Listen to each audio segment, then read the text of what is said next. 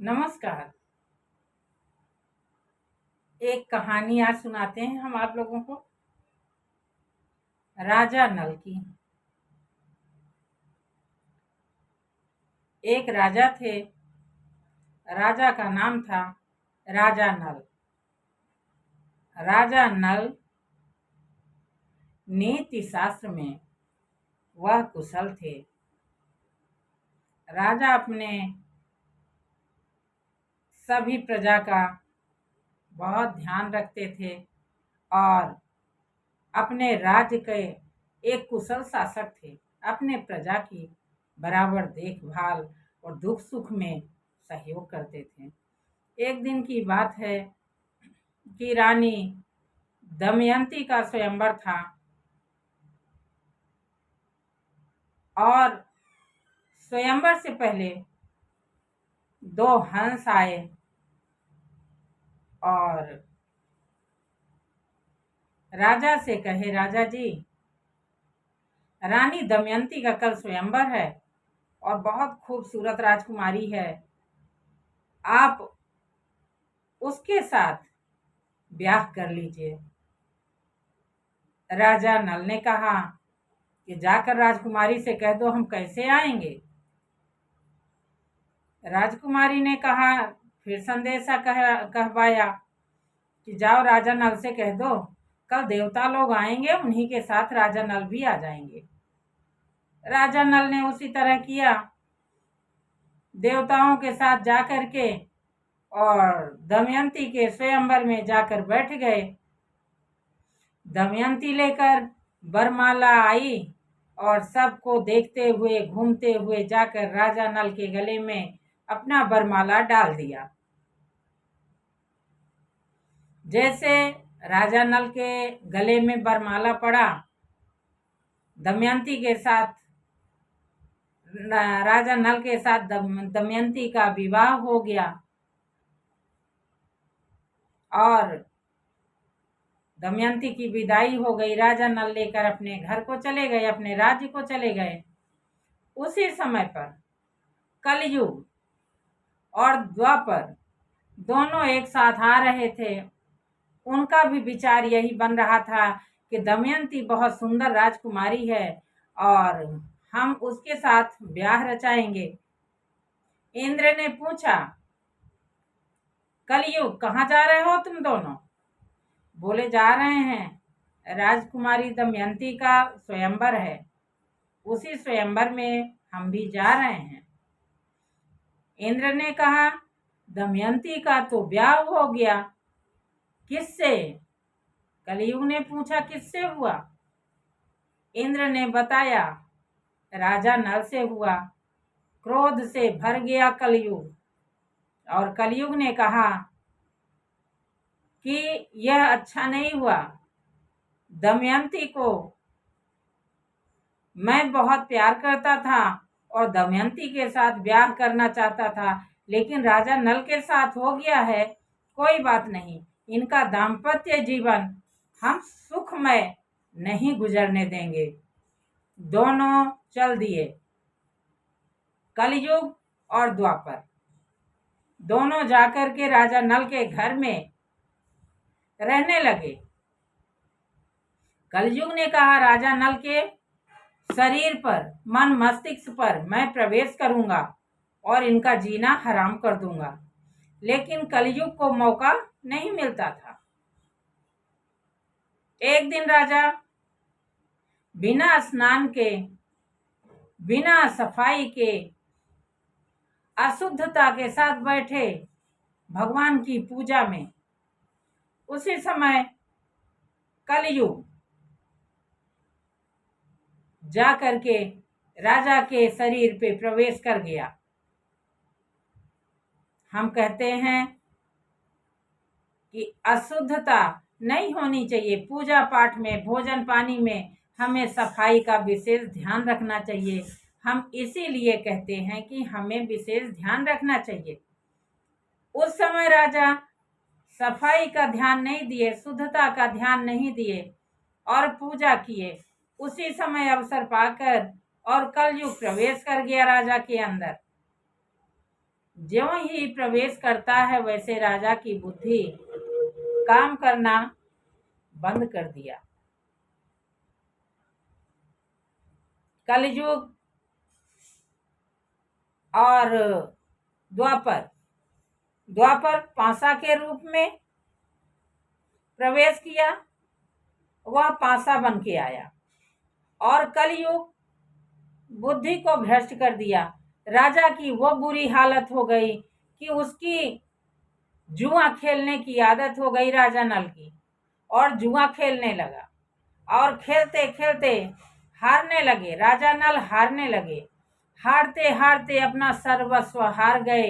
राजपाट सब लूट गया, उनका घर महल हाथी घोड़े सारे राज सुख सब चले गए उसी जुए में।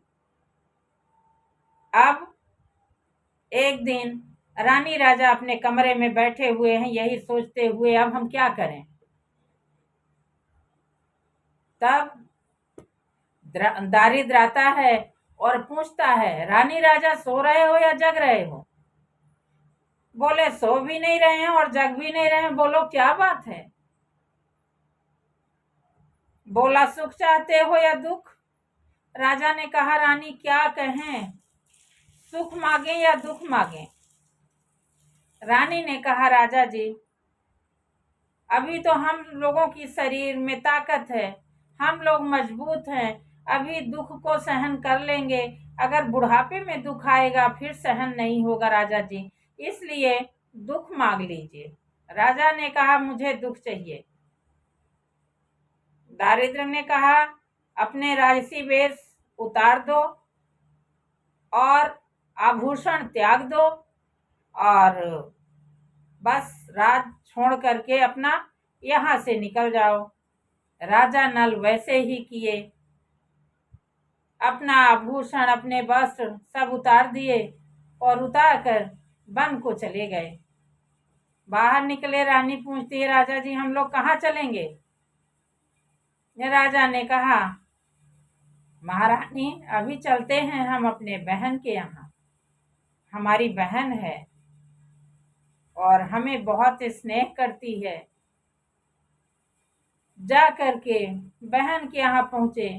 बहन के घर में कुछ मांगलिक कार्य हो रहे थे और धूमधाम बाजा गाजा के साथ वहां खुशी का माहौल था। राजा जी पहुंचे, सैनिकों से कहा, जाओ मेरे बहन से यानी रानी से कह देना यहाँ के कि आपके भैया और भाभी आए हैं। सैनिकों ने कहा, रानी ने पूछा, कैसे हैं, असवारी से हैं या पैदल हैं? बोले पैदल ही हैं।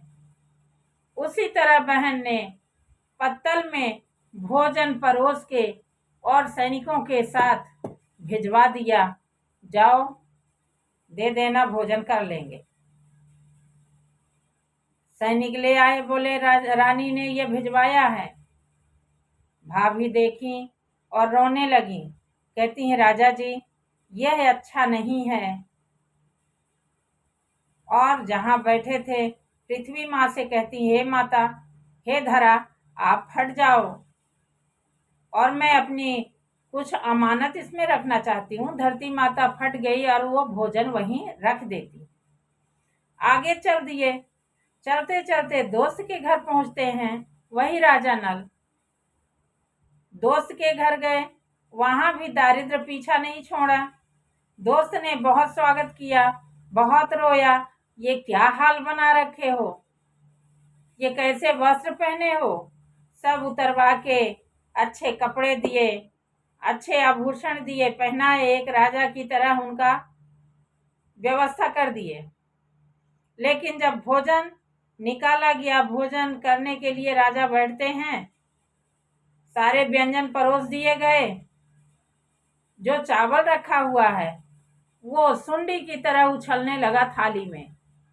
जब उछल रहा है, रानी ने देखा राजा को और राजा ने देखा रानी को। दोनों रोने लगे, इतने दिन से हम लोग भूखे हैं, अभी भी भोजन नसीब नहीं हो रहा है। राजा ने कहा, रानी यहाँ हम लोगों का समय गुजारना ठीक नहीं है, क्योंकि हम लोग भोजन नहीं कर पाएंगे। जब सब सो गए, राजा के दोस्त भी सो गए, वहां से राजा उनके वस्त्र आभूषण सब छोड़ के और अपना जो वस्त्र पहने थे वो पहन के निकल चले, आगे चले। रानी ने कहा, राजा जी, यह कुछ किसान अपने खेत को काट रहे हैं, इसमें से कुछ गेहूं की बाल ले लीजिए और भून के हम लोग खा के तब आगे को बढ़ते हैं। राजा जी ने वैसा ही किया, वो बाल लिया और ले करके रानी कहती है, राजा जी जाइए स्नान करके आइए, हम भूंजते हैं। और राजा जी चले गए स्नान करने के लिए। रानी ने उस बाल को भूना और भून के जब हाथ से मलती हैं और फूंक दी, सारी बाल यानी गेहूं सारे उड़ गए। राजा जी आए, रानी निकालो, हम दोनों खाते हैं। रानी ने कहा, राजा जी बहुत भूख लगी थी, हमने खा लिया। राजा जी कहे, चलिए ठीक है, कोई बात नहीं रानी, अब हम लोग चलते हैं। राजा जी आगे चल दिए, रानी राजा। कुछ दूर और गए, मछुआरे मछली मार रहे थे। मछली मारते हुए देखा, राजा ने कहा, रानी 2-4 मछली मांगते हैं, खा करके हम लोग तब आगे को बढ़ते हैं। रानी ने कहा, ठीक है राजा जी, और मछली मांगे, मछुआरों ने दे दिया। राजा जी कहे, रानी जाओ आप स्नान कर लो, तब तक हम मछली भूंजते हैं। रानी गई स्नान करने के लिए। राजा जी यहाँ मछली भूने और भून के जैसे वहां रखते हैं, वो सारी मछली उछल के और पानी में चली गई। राजा ने समझ लिया कि जैसे आज मछली उछल के जल में जा रहे, उसी तरह से वो गेहूं भी रानी ने बहाने बनाए हैं, रानी ने खाया नहीं है। रानी आई स्नान करके, राजा जी दीजिए निकालते हैं, हम दोनों खाते हैं।